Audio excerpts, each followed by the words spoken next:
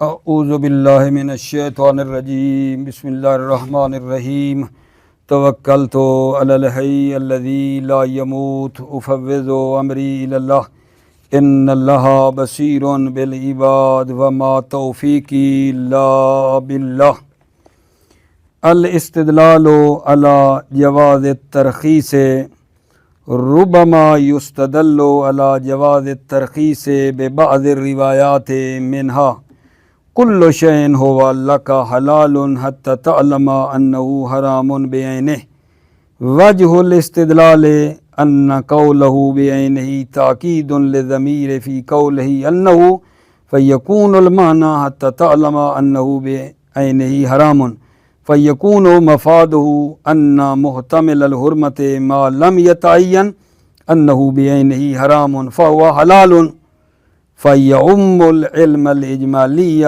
وَالشُّبْهَةَ الْبَدْوِيَّةَ۔ توجہ فرمائیے، بحث ہماری اصالت الاحتیاط کے بارے میں تھی۔ اصالت الاحتیاط عرض کیا تھا عزیزو اصول عملیہ کی تیسری اصل ہے، اور اس اصالت الاحتیاط کو اصالت الاشتغال بھی کہا جاتا ہے۔ یہ بتایا تھا اپنے بھائیوں کو کہ اصالت الاحتیاط کہاں جاری ہوتی ہے، اس کا مجرا کیا ہے۔ جب مکلف بے میں شک ہو، اصل تکلیف کا علم ہو۔ اصل تکلیف مولا کی طرف سے آئی ہے، ضرور ہے، لیکن کس پر آئی ہے؟ وہ جو تکلیف آئی ہے اصل، وہ ظہر ہے یا جمعہ ہے؟ ٹھیک ہے، کس کے اوپر آئی ہے؟ اصل تکلیف کا علم ہے، مکلف بے میں شک ہے کہ ہے کون سی، کس پالی ہے۔ ٹھیک ہے، تو اس میں ہوگی اصالت الاحتیاط، ساتھ ایک چیز اور ہے، امکان احتیاط بھی ہو۔ دوبارہ مکلف بے میں شک ہے، اصل تکلیف کا علم ہے، امکان احتیاط بھی ہے، تو اصالت الاحتیاط جاری کرتے ہیں۔ اور پھر اس میں نے آپ کو بتایا تھا کہ دو بحثیں، ایک شبہ تحریمیہ میں ہے، ایک شبہ وجوبیہ میں ہے۔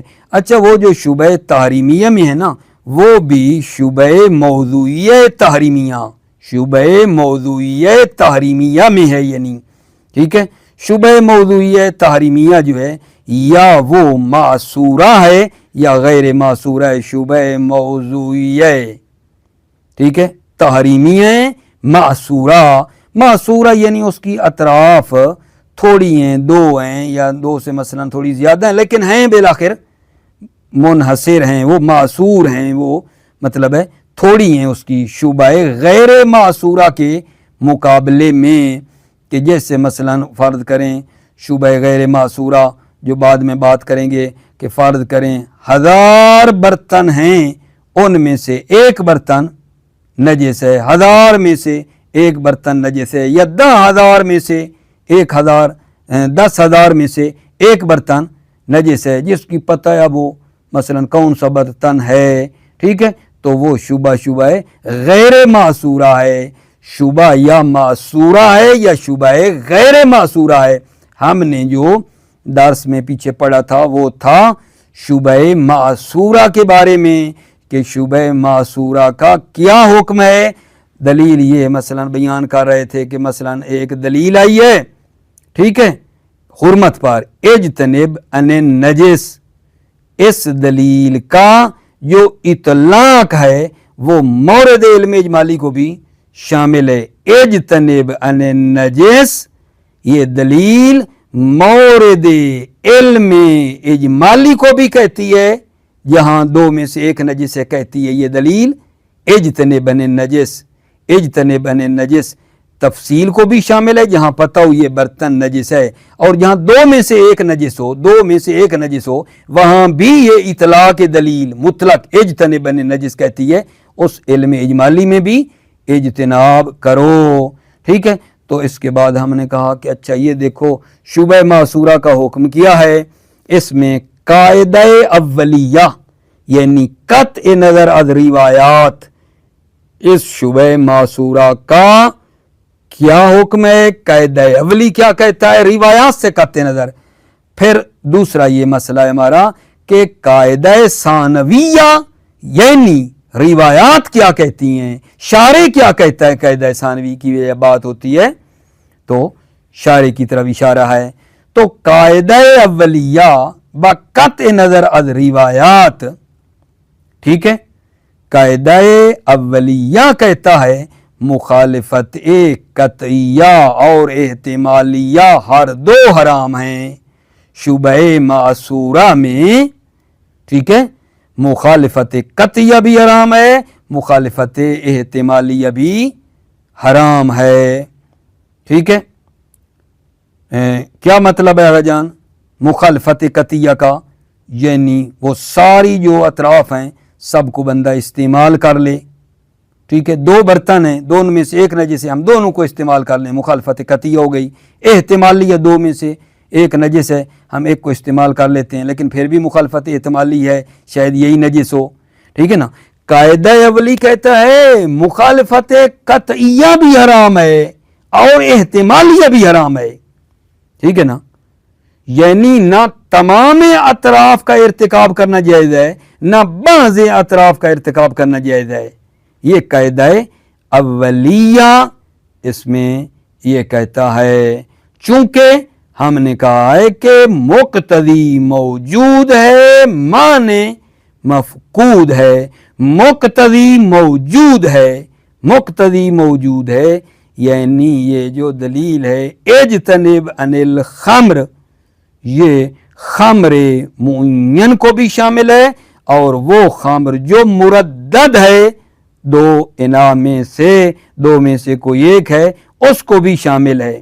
اجتنب عن الخمر، وہ جو خمر معین ہے کہ یہ نجس ہے اس کو بھی شامل ہے، جو مردد ہے اس کو بھی شامل ہے۔ اطلاق دلیل یہ ہو گیا مقتضی، مقتضی موجود ہے، اجتنب عن الخمر، معین برتن کو بھی شامل ہے، دو میں سے ایک جو علم اجمالی والا ہے اس کو بھی یہ شامل ہے، اور مانے نہیں ہے۔ کیا مطلب؟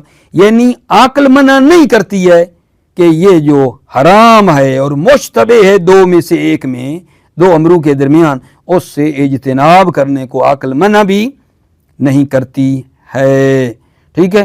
تو ہم نے یہ بات کر کے نتیجہ یہ لیا کہ اشتغال قطعی بالحرمت کہ حتماً حرام ہے، یہاں اشتغال یقینی ہے حرمت کا، تو یہ تقاضا کرتا ہے براءت یقینیہ کا، تقاضا کرتا ہے براءت یقینیہ کب ہوگی کہ میں نے مولا کی طرف سے جو ذمہ داری تھی مکمل ادا کر دی ہے۔ براءت یقینیہ کب ہوگی؟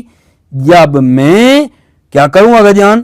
مخالفت قطعیہ بھی نہ کروں اور احتمالیہ بھی نہ کروں، ٹھیک ہے، نہ مخالفت قطعیہ کروں نہ احتمالیہ کروں، دونوں سے اجتناب کروں، نہ مخالفت قطعی ہو نہ احتمالی ہو، تو پھر مجھے براءت یقینی ہوگی کہ میں نے 100% مولا کی جو ذمہ داری میری گردن پہ لگی ہوئی تھی وہ میں نے ادا کر دی ہے۔ توجہ فرمائی آپ نے۔ اس کے بعد چھیڑا تھا قاعدہ ثانویہ۔ قاعدہ ثانویہ یعنی ترخیص جو شارع کی طرف سے آئی ہے، ترخیص یعنی رخصت۔ شارع کیا کہتا ہے، ٹھیک ہے نا۔ قاعدہ ثانویہ یہ ہے کہ جناب علی وہ بھی یہی ہے کہ مخالفت قطعیہ اور احتمالیہ حرام ہے، مخالفت قطعیہ اور احتمالیہ حرام ہے، ٹھیک ہے۔ شارع بھی یہی کہتا ہے، اور اس کے لیے میں نے آپ کی خدمت میں جناب روایات پڑھی تھیں جن کا تقاضا یہ ہے کہ تمام اطراف سے اجتناب کرنا ضروری ہے۔ راوی نے نہیں پوچھا امام صادق علیہ السلام سے کہ ایک آدمی ہے اس کے پاس دو برتن ہیں، ٹھیک ہے، دونوں میں پانی ہے، ایک میں نجاست گر گئی ہے، وہ نہیں جانتا کس میں گری ہے، اور اس کے پاس کوئی اور برتن بھی نہیں ہے، تو دیکھو امام کیا فرما رہے ہیں، یحریکہما، دونوں کو انڈیل دے، دونوں کو گرا دے، دونوں برتنوں کا استعمال نہ کرے، وَيُتَيَمِّمْ، اور تیمم کر لے، یعنی تمام اطراف سے امام نے اجتناب کروایا ہے، ٹھیک ہے یہ نہیں۔ تو پس پتہ چل گیا روایات بھی یہی کہتی ہیں اور قاعدہ اولیہ بھی یہی کہتا ہے، یعنی قاعدہ اولیہ اور قاعدہ ثانویہ یہی کہتا ہے کہ تمام اطراف سے اجتناب کرنا ضروری ہے، مخالفت قطعی اور احتمالیہ ہر دو حرام ہیں۔ ہم مقتضا قاعدہ اولیہ کے مطابق، ہم ثانویہ کے مطابق، یہ تھی جناب گزشتہ بحث. دوبارہ آپ کی خدمت میں اس کا پھر تھوڑا تذکرہ کیا آقا جان. یہ بحثیں ٹھیک ہے نا, اصولی بحثیں, جتنا ان کا تکرار ہو, جتنا بہترین طریقے سے ہم اس کو کور کریں ٹھیک ہے, اتنا یہ مفید ہے. اچھا, آج جو درس ہمارا شروع ہو رہا ہے وہ یہ ہے کہ بعض نے یہ کہا ہے کہ شبہ معصورہ جو موضوعیہ ہے اس میں ترخیص آئی ہے, ترخیص جائز ہے. تمام اطراف سے ٹھیک ہے نا اجتناب کرنا ضروری نہیں ہے, اس میں رخصت ہے, روایات موجود ہیں, ترخیص آئی ہے. اس شبہ معصورہ میں ترخیص رخصت آئی ہے, استعمال کر سکتے ہو ٹھیک ہے. یہ جو کہہ رہے 2 برتنوں میں سے ایک نجس ہے, روایت کہتی ہیں کر سکتے ہو ٹھیک ہے. یعنی یہ کہنا ہے کہ ترخیص اور رخصت آئی ہے, جواز ہے, جواز ہے. ترخیص کے جواز پر استدلال آیا ہے کہ روایات ہیں جیسے کلو شیء ہو اللہ کا حلال حتی تعلم انہ حرام بعینہ. توجہ فرمائی آپ نے, روایت کتنی کہہ رہی ہے کلو شیء ہو اللہ کا حلال حتی تعلم انہ حرام بعینہ, ہر چیز آپ کے لیے حلال ہے حتی تعلم, حتی کہ آپ کو علم ہو جائے انہ حرام بعینہ, کہ یہ حرام ہے بعینہ. بعینہ یعنی مشخص طور پر ٹھیک ہے, بعینہ ہی یہ حرام ہے, یہ بعینہ ہی, بعینہ ہی معین طور پر یہ حرام ہے ٹھیک ہے. اس صورت میں کل شیء ہو اللہ کا حلال حتی تعلم انہ حرام بعینہ, ہر چیز آپ کے لیے حلال ہے حتیٰ کہ آپ کو علم ہو جائے کہ یہ معین بعینہ مشخص طور پر یہ حرام ہے. روایت یہ کہہ رہی ہے ٹھیک ہے. تو کیفیت استدلال کیا ہے؟ کیفیت استدلال یہ کہ روایت کہتی ہے ہر چیز آپ کے لیے حلال ہے حتیٰ کہ آپ کو مشخص طور پر پتہ چل جائے کہ یہ حرام ہے ٹھیک ہے. تو اب آپ دیکھو یہ جو محتمل الحرمت ہے کہ یا یہ برتن نجس ہے یا یہ برتن نجس ہے, 2 میں سے ایک نجس ہے, محتمل الحرمت ہے اور معین نہیں ہے بعین ہی. کون سا حرام ہے؟ میں اس الف والا برتن پہ انگلی رکھوں یہ حرام ہے مجھے پتہ ہے نہیں, مشخص نہیں ہے. دوسرے پہ انگلی رکھوں یہ حرام ہے پتہ نہیں. بعین ہی مجھے ان دونوں میں کسی کا بھی پتہ نہیں ہے. تو روایت کہتی ہے جب تک مشخص طور پر نہیں جانتے وہ تمہارے لیے حلال ہے, جب تک معین نہیں ہے بعین ہی کہ یہ حرام ہے وہ حلال ہے.